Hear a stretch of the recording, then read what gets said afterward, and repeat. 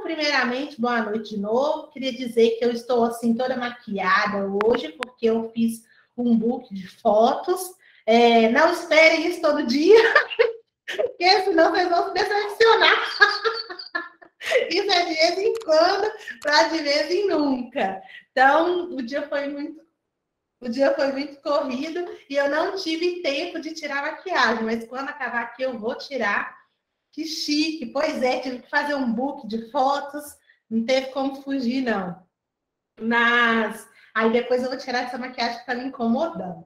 Vamos lá, hoje o objetivo do nosso encontro é conversar sobre produção de material. A gente já vem conversando sobre isso. O mês todo a gente vai falar sobre isso de diversas formas, e esses próximos encontros serão bem práticos. Isso a gente vai conversar um pouquinho hoje. Uma coisa que é importante dizer. Tá. Oi, Caio, boa noite.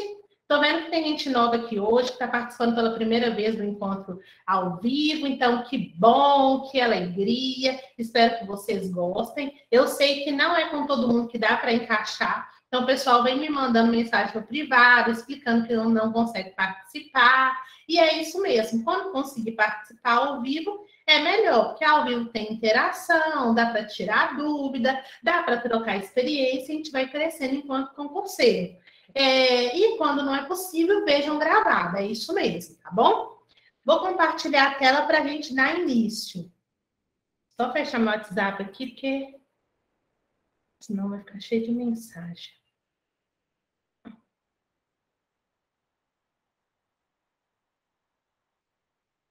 Vocês estão conseguindo ver aí, certo? Alguém me dá um ok? Ok. Beleza. Ok, beleza. Então, oficina de produção de material, aprenda ao vivo. Antes disso, eu preciso deixar 2 recadinhos para vocês.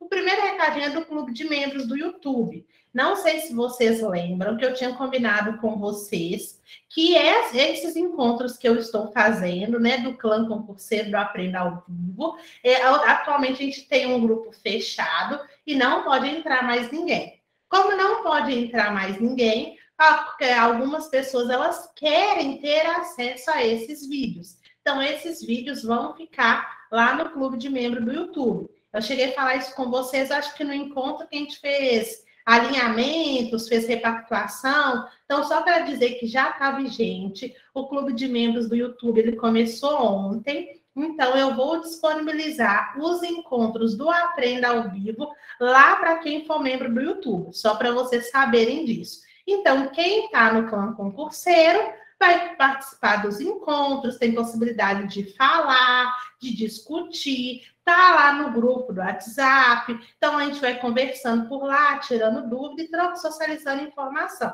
No YouTube vai ter acesso à gravação, não vai ter acesso ao clã. Só para vocês entenderem essa diferença e dizer que está vigente. Então, se vocês querem indicar o clube para Aprender ao Vivo para alguém, se vocês estão gostando muito, se vocês querem que outras pessoas tenham acesso, compartilha com a pessoa a possibilidade de participar do clube, né? Porque assim me ajuda a crescer, o dinheiro que vai chegar lá, eu vou conseguir reinvestir no canal e melhorando as postagens, enfim, tudo para poder reinvestir mesmo dentro do canal. Aí, esse clube que dá direito ao Aprenda ao Vivo, ele dá direito a 2 vídeos exclusivos no mês, que pode ser do Aprenda ao Vivo, como pode ser outros vídeos exclusivos que eu vou gravar para esses membros, uma live mensal que eu vou fazer tira dúvidas lá no YouTube com quem for membro, prioridade na resposta nos comentários do YouTube, e ver os vídeos de forma antecipada e enquetes exclusivas. Esse digamos que é o melhor. Eu tenho três planos e o melhor é esse, que tem acesso do Aprenda ao Vivo. Aí ele custa R$19,99 por mês. Eu acho um valor bem em conta, um valor bem acessível. Então, se vocês conhecerem alguém, quiserem indicar, aí vocês podem indicar, beleza? Primeira parte é essa. Derramando até água, Deus do céu. Beleza. Segunda parte. Rumo ao cargo dos seus sonhos. Eu não sei se eu cheguei a comentar com vocês em algum momento, mas eu acho que sim, que eu estava gravando um curso online. Então, acabei de gravar meu curso, o lançamento vai ser na semana que vem. Então, no dia 11 a gente tem lançamento, aí eu vou fazer uma live, explicar um pouco sobre o mundo dos concursos, trazer algumas informações e vou abrir carrinho do curso, desse curso meu, que chama Rumo ao Cargo dos Seus Sonhos. Então, é só para dizer para vocês acompanharem, né, o lançamento, acompanhar as lives, aí vocês vão entender um pouquinho o que tem no curso. Se vocês quiserem comprar, ótimo, mas se não quiserem, às vezes vocês podem divulgar para outras pessoas também. Aí vocês vão ficar sabendo de tudo isso lá no Instagram.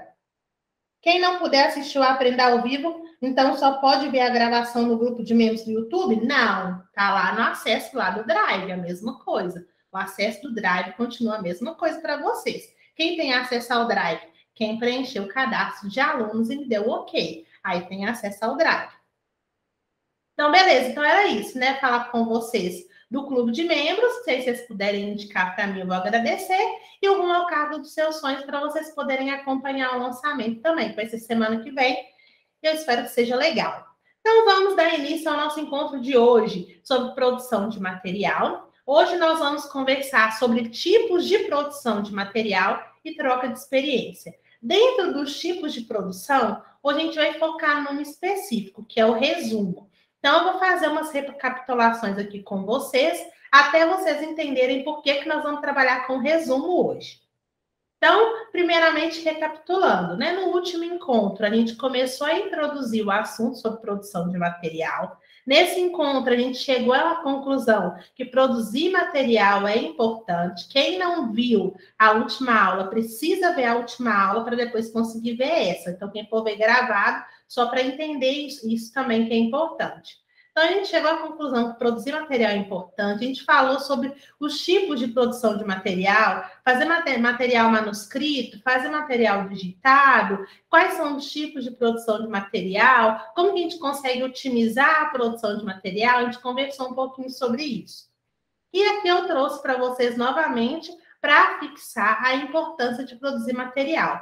A gente anota para ter o que revisar. Ao revisar, a gente começa a fixar conhecimento e assim se lembra no dia da prova. Então, para auxiliar a gente a lembrar no dia da prova daquele conteúdo, o conhecimento precisa estar fixado.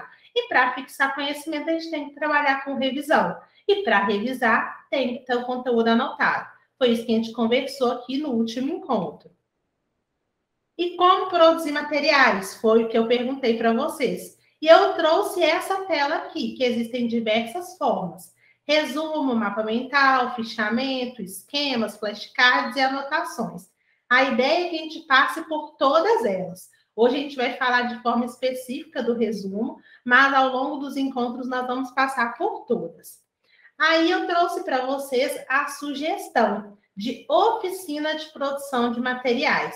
Nessa oficina de produção de materiais, eu fiz uma sugestão para vocês, que vocês tentassem fazer resumo, fichamento, mapa mental ou esquema da disciplina de Direito Constitucional, o assunto CF 88, artigos 1 a 4. E eu vi muita gente mandando isso no grupo. Então, vocês mandaram lá no grupo aqui o que vocês fizeram de resumo, fichamento, mapa mental e esquema.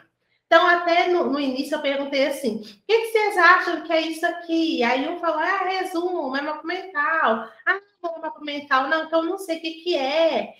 E a ideia eu não vou falar com vocês o que é ainda. Nós vamos passar por todas as produções e depois nós vamos reavaliar o que vocês produziram para entender se a gente conseguiu evoluir nesse processo, se a gente conseguiu realmente entender o que é a produção de material e quais são os tipos. Então, isso ao longo do tempo a gente vai amadurecendo. E agora, antes de começar no resumo na prática, eu queria entender com vocês, fazer uma troca de experiência de como que foi. Porque eu vi que muita gente se esforçou, né? Viu o vídeo que eu disponibilizei, teve gente que viu o vídeo para além para entender como que produzia mapa mental, como que foi essa experiência, foi difícil, foi fácil, o que vocês acharam? Eu queria entender um pouquinho com vocês. Aí eu vou parar de compartilhar, só para eu ouvir um pouco de vocês, o que vocês acharam desse processo de produzir material. Dessa forma que eu tinha sugerido, né? Tá, posso falar? Claro. Na verdade, eu fiz sem saber o que eu estava fazendo. Que eu achei que estava fazendo uma coisa e você falou que era outra. E eu ainda fiquei com uma dúvida, assim, em todas as matérias, em todos os, por exemplo, os artigos, em toda, por exemplo, a Constituição, eu tenho que ficar fazendo. Não, não é que eu tenho, né? Eu deveria fazer de todos para eu gravar, ou só dos que eu tenho mais dificuldade. Isso eu fiquei um pouco sem saber se eu faço de tudo, se eu faço só do que eu tenho dificuldade. Então, o que a gente tinha conversado, né, no último encontro, o que a gente precisa anotar? A gente anota o que a gente não sabe e o que a gente acha bobo, mas não está fixado. Então, se eu tenho algo introjetado, eu já sei os objetivos fundamentais, eu já tenho isso muito tranquilo na minha cabeça, eu já sei quais são os símbolos, por exemplo, da República. Se eu tenho algo fixado, eu não precisaria anotar. Agora, se eu não tenho algo, se eu não sei a diferença de brasileiro nato e naturalizado, aí eu tenho que anotar. Se eu não sei quem são as pessoas que podem concorrer a um cargo de presidente, por exemplo, se tem algum critério específico de idade, aí eu tenho que anotar. Qualquer pessoa pode ser vereador, qualquer pessoa pode ser deputado. Se eu não tenho isso claro, aí eu tenho que anotar, porque isso são coisas que ainda, por mais que ainda serem muito detalhadas, né, serem muito específicas, ainda são muito cobradas em prova. Então, neste quesito, precisaria anotar. Agora, se existe algo que você já tem domínio, algo que você já tem conhecimento, não existe necessidade de você fazer a anotação. Por quê? Qual que é um dos maiores erros que eu vejo do concurseiro em relação à produção de material? E uma coisa que eu vejo que o pessoal bate muito na tecla, que não gosta de produzir material por isso, porque anota demais. E o anotar tem que perpassar sempre pelo que eu tenho de conhecimento. É por isso que se eu pegar o seu material, talvez ele não vá servir para mim, porque ele vai servir para você a partir do que você já tem de conhecimento, de informação, e é justamente por isso que os materiais são diferentes. Então, não precisa se preocupar em anotar tudo. Precisa ter conhecimento e dimensão do que você realmente sabe. Então, tem gente que é muito inseguro. Tem o conhecimento e acha que não tem. Tem medo de não anotar e depois esquecer. Não precisa ter dessa insegurança. A pessoa não vai esquecer se já tiver fixado. E tem gente que acha que tudo é oba-oba. É fácil demais, não precisa anotar. E aí depois, no detalhe, não vai lembrar. Porque uma coisa é eu saber que estrangeiro, sei lá, não pode ser presidente. Outra coisa é eu saber o detalhe. Por que não pode? Será que não pode? Quando é que pode? Existe exceção? O detalhe, às vezes, a gente acaba escorregando. Então, é importante ter isso, saber bem essas diferenças. Se eu, de fato, tenho aquele conhecimento, eu não precisaria anotar. Mas você concorda que quando a gente está no início dos estudos, a gente tem muitas coisas, que, por exemplo, ainda mais em matérias que eu estou estudando PJ, ato de ofício, muito detalhado. Então, eu teria que Muito. fazer várias coisas. Aí o que você pode trabalhar? Por exemplo, é uma matéria nova para você, você não tem conhecimento sobre ela, então, entre aspas, você anotaria muito. Você tem que arrumar uma outra forma de produção de material que vá proporcionar que você consiga entender aquele assunto. Então, você pode trabalhar inicialmente por anotações, que é das produções de material que a gente vai trabalhar aqui, e aí você faria grifos no seu material e anotações ao lado, e ao resolver questões no seu mapeamento de erro, você produziria material. Então, seu material seria baseado no mapeamento de erros, ou seja, onde você teve fragilidade, E depois, quando você já estivesse legal no conteúdo, aproveitando que é um pré-edital, você pegaria nas anotações que você fez aquelas coisas que não apareceram nas questões. Porque o que não apareceu naquelas questões, onde você fez, não quer dizer que vai aparecer na prova. Não vai aparecer na prova. Então, você precisa se resguardar nesse sentido. Então, ficaria tudo que mais tem na prova e aquilo que aparece pouco na prova, mas que para você também não estava tão legal, você não conseguiu entender ainda.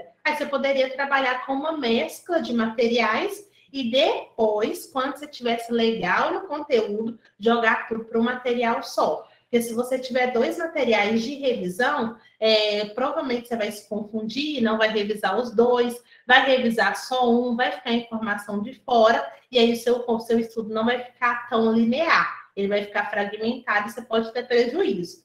Então, você pode usar essa estratégia também. Para uma matéria específica, usa um tipo de produção de material no início, depois de resolver questões, aplica outra produção de material e depois que estiver mais avançada no conteúdo, volta no inicial, no dia da revisão e vai completando o material atual que você está utilizando. Ok, muito obrigada. O chat choveu de coisa aqui.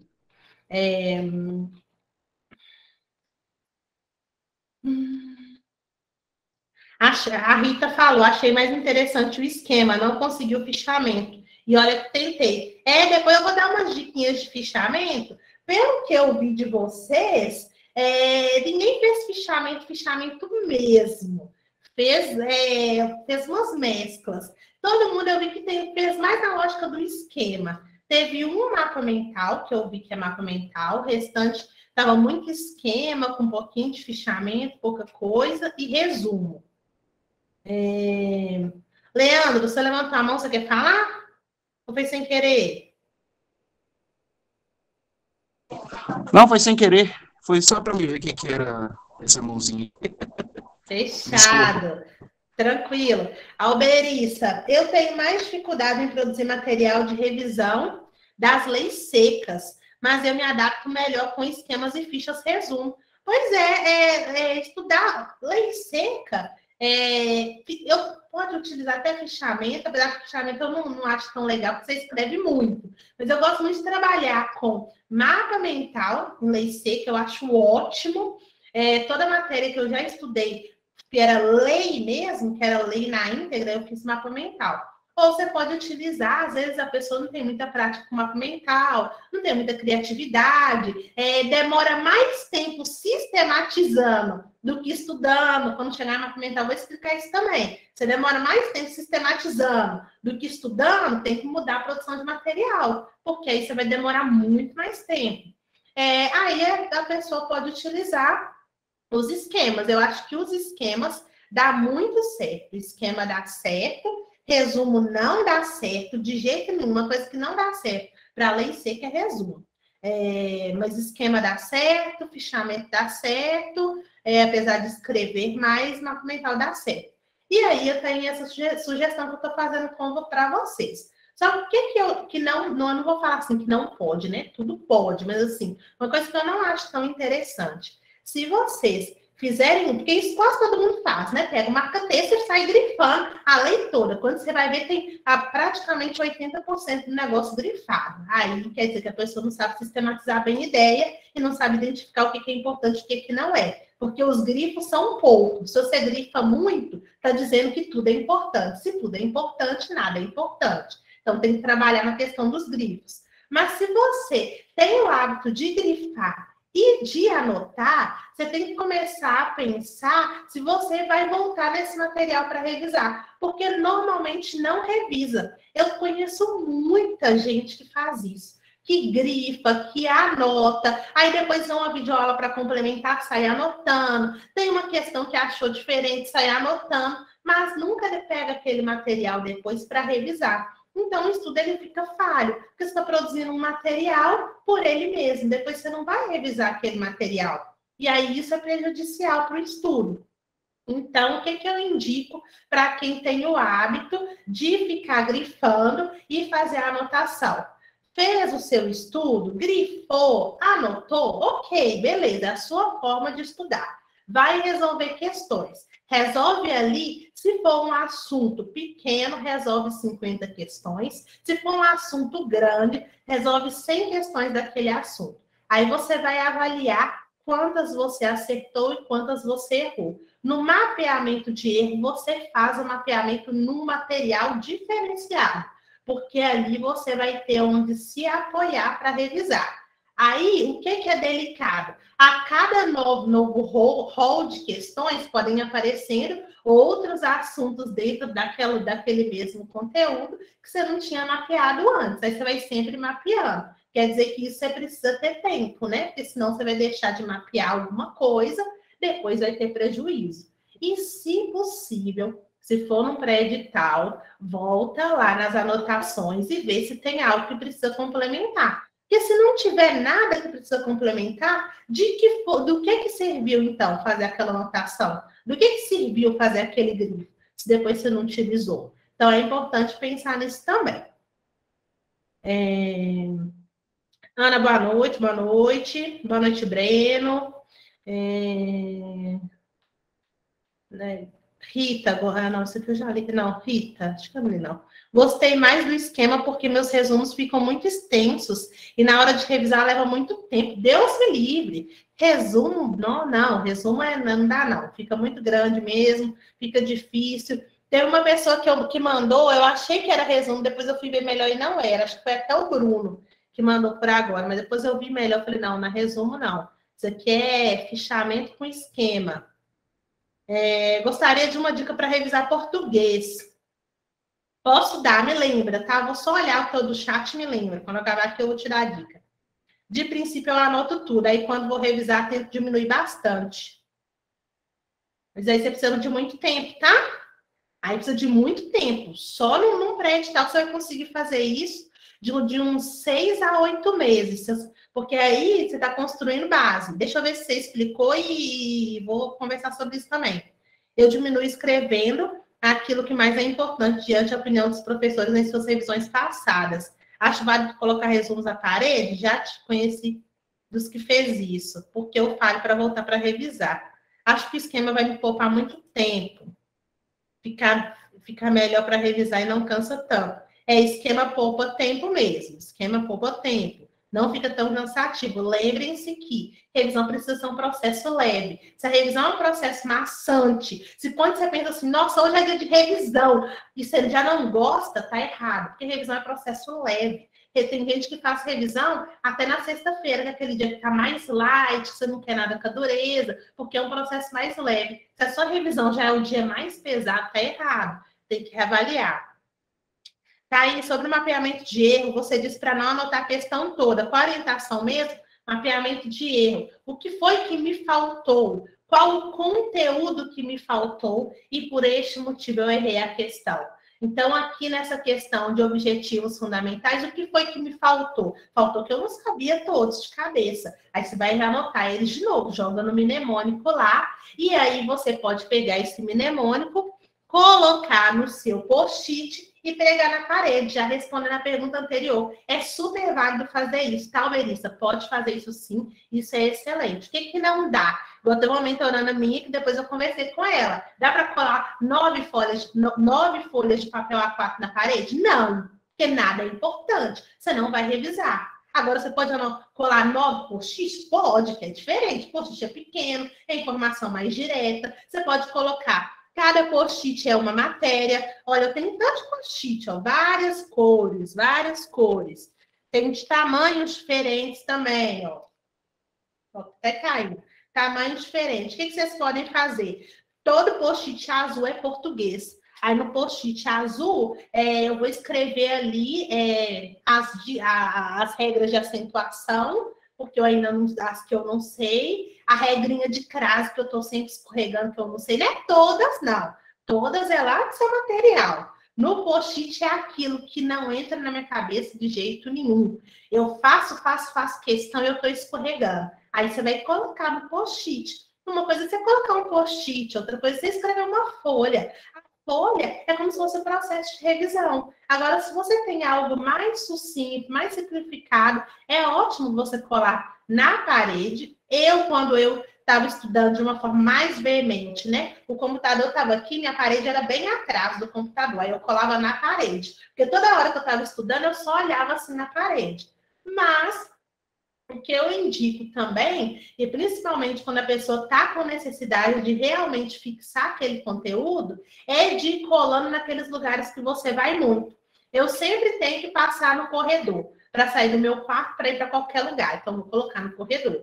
Eu vou muito no banheiro, coloca no espelho. Eu vou lá na cozinha, coloca na geladeira. Então, tem que ficar num lugar que você acessa muito. Ah, vou colocar na cabeceira da cama. Você olha para sua cabeceira todo dia? Eu não olho para minha cabeceira, então não faz sentido. Tem que ser em lugares que você vai visualizar 3, 4, 5 vezes ao dia. Rapidinho você vai fixar. E uma coisa que ninguém faz, o pessoal vai só acumulando. Fixou, tem que tirar. Fixou é tirar e vai colocando outros. Uma coisa é você ter 5 post-its, 10 post-its, outra coisa é você ter 30, 40. Vai ficar confuso também. Essa questão das cores dos post-its tende a ajudar a separar a matéria por cor, é uma possibilidade. Quem não quiser post-it pode utilizar folha, mas corta a folha, não faz folha grande não, porque isso é mais complicado na hora de revisar. Utiliza letra caixa alta, escreve grande, para bater o olho ali e ser aquela coisa rápida. Você tem que parar para você ler 3 minutos, 4 minutos, já não tá legal. Aquilo ali é um lembretezinho para você. Igual você coloca na geladeira, lembrar de comprar café. Então, lembrar do Soci de Vapor. Pronto, é isso. É uma coisa mais sucinta. Então, respondido o mapeamento, respondido o esquema, respondido colar na parede, colar resumo, não. Só essas observações que eu falei. Tamira, deixa eu falar isso agora, Dani, que você falou, né? O que Dani faz? Gente, isso aqui é muito legal. Para quem quer construir base, isso aqui é muito legal. Mas tem que ter tempo. Bruno, só vou falar aqui e te dou a palavra, viu? O que Dani faz, e eu gostaria de trazer isso para vocês. Ela falou assim, de princípio, eu anoto tudo. Aí, quando eu vou revisar, eu tento diminuir bastante. Então, vamos pensar que a gente está participando de uma aula de 25 minutos. Você vai anotar várias coisas ao longo desses 25 minutos. Basicamente, tudo que o professor está dizendo ali, você está anotando. Talvez não está anotando todos os exemplos, mas está anotando muita informação. Se essa aula for de acentuação, por exemplo, você estaria anotando todas as regras de acentuação e anotando os exemplos dessas regras e alguma coisinha específica de dica que o professor deu. Então, na aula de 25 minutos, talvez vai virar 3 folhas, o que é muito. Aí, o que ela faz? Quando ela vai revisar, ela vai refinando. Então, dessas 3 páginas aqui, isso aqui eu já sei, isso aqui eu já tenho conhecimento, não, isso aqui já está tranquilo, e aí vai diminuindo. Então, o que era 3 páginas passa para 1,5, depois no outro resumo, talvez o que era 1,5 vai passando para 1 página, e depois pode chegar até meia página, ou talvez nem precise mais estar no material, porque aquilo já foi fixado, já foi introjetado. É isso mesmo, Dani, que você faz? É aos poucos assim mesmo, igual eu tô falando? Manda aí no grupo, no chat, por favor. Ou abre o microfone, você que sabe.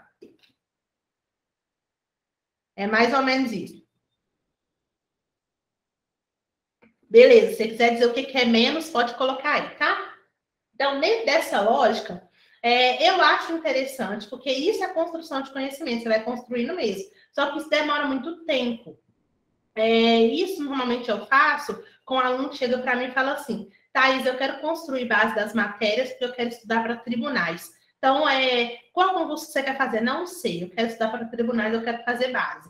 Aí eu falei assim, então beleza, vamos fazer sua base do português, vamos fazer sua base do direito constitucional, do administrativo, vamos fazer base de informática. Aí é legal fazer assim, porque isso realmente é construção de conhecimento. Se a cada nova revisão você tem que ler o seu material de forma crítica, a fim de avaliar o que você precisa deixar e o que você não precisa, você está estudando muito. Isso é estudo ativo de verdade, mas isso requer muito mais tempo do que quando você já faz um material mais sucinto e vai revisando esse material. Não sei se vocês lembram, né, de duas coisas. Primeira coisa que eu mostrei para vocês na última aula, o material da minha mentoranda, que ela faz em formato digital, e depois eu venho falando com ela, tá grande, diminui aqui, diminui ali. Ela está passando por esse processo, mas ela está passando porque ela fez um material gigante que não dá para ela revisar, e ela está sendo obrigada a reduzir, senão ela não vai revisar. Então, tem tanta coisa ali que ela já não sabe mais o que é importante e o que não é. Porque ela anotou coisas demais, inclusive coisas que ela sabia. Então, se eu sei como que escreve essa palavra, eu não preciso ficar anotando que essa palavra é com C cedilha, ou é com 2 S, ou é com S só, se eu já sei, isso para mim é comum. Então, às vezes, a gente tem uma necessidade gigante de anotar tudo e depois ver que a gente pecou pelo excesso. E, às vezes, quando a gente já tem uma prova marcada, você não vai ter tempo de voltar, você vai escolher. Ou eu vou voltar para diminuir meu material, ou eu vou estudar a parte de atos de ofício que eu ainda não vi. Você vai estudar atos de ofício, você vai revisar português? Não vai. Aí você vai enfraquecer o seu estudo. Então, a gente tem que tomar cuidado com isso. Esse é um excelente método de estudo, dá super certo para construir base de verdade, para nunca mais ter que revisar, para nunca mais ter que estudar a base, só trabalhar a revisão. Entretanto, tem que avaliar até que ponto que é interessante para o tempo que tem. Eu troco de caderno. Meu último resumo, eu consegui diminuir várias folhas de alguns cadernos grandes para poucas folhas no caderno pequeno. Não, é isso mesmo, né? Aí vai trocando de caderno, é isso mesmo. Não, legal, bacana. E você já conseguiu fechar quantas disciplinas assim? Fazendo assim? Me fala aí, para eu poder ler. Vai lá, Bruno. Mete bronca. É só para compartilhar a experiência. Eu estava fazendo igual a Tamira, né? No caderno. Só que o que aconteceu? Eu tive um despertamento essa semana e levando em consideração também que você falou nas outras aulas, para deixar o espaço, né? Eu não estava deixando espaço na hora que eu ia fazer questão e aquilo, um assunto novo ali, né? E aí eu não consegui encaixar porque não tinha espaço no caderno. Então, essa semana eu comecei a mudar para fazer fichário, né? Folhas de fichário. Então, eu estou fazendo, assim, fichamento, mais esquema, que eu me adaptei melhor. O mapa mental eu fazia na faculdade, mas no programa, né? Então, assim, manual eu não sou muito acostumado a fazer. Só que aí agora eu posso deixar os espaços, né, no fichário e depois, quando eu for fazer novas revisões, aí sim eu vou tentar fazer o mapa mental e já encaixando dentro desse meu fichário. Eu acho que vai ficar bem mais organizado. Legal. O fichário é muito legal, porque organiza muito o estudo, né? Porque aí é só você abrir e colocar na folha ali onde você quiser. É bem legal mesmo. Bacana. Você fechou as 3? Fechou que eu falo assim, estudou tudo. Já estudou tudo de português, tudo de constitucional e tudo de administrativo? Se fechou tudo, você tá bem. E aí tem que ver a questão do tempo, né? Quanto tempo. Mas legal. Então, se fechou tudo... Ah, tá. Já estudou algum tempo. Ah, não, beleza. Então, é isso aí mesmo. Tá estudando pré-edital para construir base mesmo, né? Mulher esperta, parabéns, isso aí, vai longe, viu? Depois de tudo construído, oh meu Deus, que coisa boa, é só ir lá e chutar pro gol, dá certo mesmo. Parabéns, gostei de ver. Então, outra coisa que eu falei que eu ia responder, que ficou aqui em cima, dica de revisar português, Rita perguntou, por nada, Rita perguntou. O que eu indico para os meus mentorandos? Muito na lógica do que a Tamira faz, só que já reduzido. O que eu faço? Ele produz um material com aquilo que ele já tem conhecimento, que é o que eu estou falando com você, com aquilo que não tem conhecimento. Eu estou falando com vocês. Tem, sei lá, 8 regras de acentuação, eu já sei 4. Eu vou anotar só 4, só que as que eu não sei. Tem vai falar sobre ortografia, novo acordo ortográfico, eu só não sei ainda o hífen, aí eu vou lá e vou anotar as regras do hífen. E nisso a pessoa vai revisando o material todo e sempre trabalhando questões. Revisão e questão, a gente já conversou sobre isso, estão articulados. Não tem como a gente pensar em só revisar e eu não aplico. Então, será que eu realmente estou aprendendo? Eu estou absorvendo conhecimento? Não sei. Eu vou saber isso a partir do momento que eu aplicar. Eu apliquei, eu vi onde eu estou bom, onde eu não estou, vou lá e mapeio o erro. Aí, o que eu vou ensinando ao longo do processo? De tanto você revisar aquelas 4 regras de acentuação que antes não estavam fixadas, elas começam a se tornar fixadas. Aí a pessoa vai deixando de revisar. Não precisa mais revisar isso aqui eu já fixei. Não precisa mais revisar isso aqui eu já consegui entender. Isso aqui para mim que antes era um bicho de 7 cabeças, hoje eu já sei o mnemônico, eu consigo fluir bem. Isso que eu errava a questão, eu não erro mais. Aí a pessoa vai deixando de revisar. O deixar de revisar pode ser riscar o conteúdo, mas eu acho que fica desorganizado. E aí o legal seria, como eu já falei com vocês, que seria interessante trabalhar por assunto. Então, acentuação, classe de palavras, substantivo, artigo, numeral, interjeição. Você já saberia onde está cada coisa e aí você poderia colocar um sinalzinho. Tudo que tiver escrito em verde, tudo que tiver um coração, quer dizer que eu já fixei, e ali na minha revisão eu apenas pulo. Aí eu não preciso revisar. Isso acontece de imediato? Não. Quando a gente começa a estudar, existe muita coisa que a gente não tem conhecimento, foi até o que a Vanessa falou. Então, de início, logicamente, você vai ter muita coisa que você vai precisar revisar. Mas ao longo do seu processo de preparação, você vai começando a fixar, vai respondendo questões, vai revisando de novo, respondendo mais questões. Num processo natural, a gente começa a absorver o conhecimento. Ao começar a construir o conhecimento, neste caso, não vai precisar mais revisar. Então, a sua revisão vai ter um momento que ela vai estar gigante e, ao passar do tempo, ela tem que ir diminuindo. E aí, depois, quando você estiver num nível bom, nível bacana mesmo, aí você pode desconsiderar esse material, ele vai servir de seu material base, e você vai criar um novo material, que vai ser só um caderno para ficar mapeando os erros que ainda aparecem.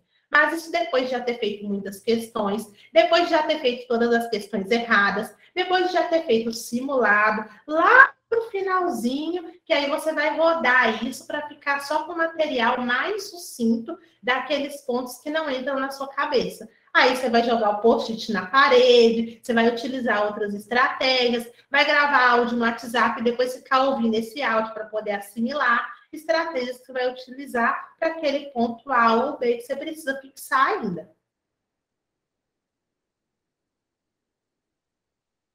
Tem que colocar o coração, né? Porque se fixou, entrou no coração, aí acabou. Depois que entrou no coração, nós não vamos errar nunca mais. Então, beleza, gente. Alguém mais quer colocar alguma coisa? Como que foi o processo? Boa dica. Que bom. Ótimo, que bom que vocês gostaram. Alguém quer falar como que foi o processo de produzir? Se quiser falar, pode falar. Só abrir o microfone, mandar no chat.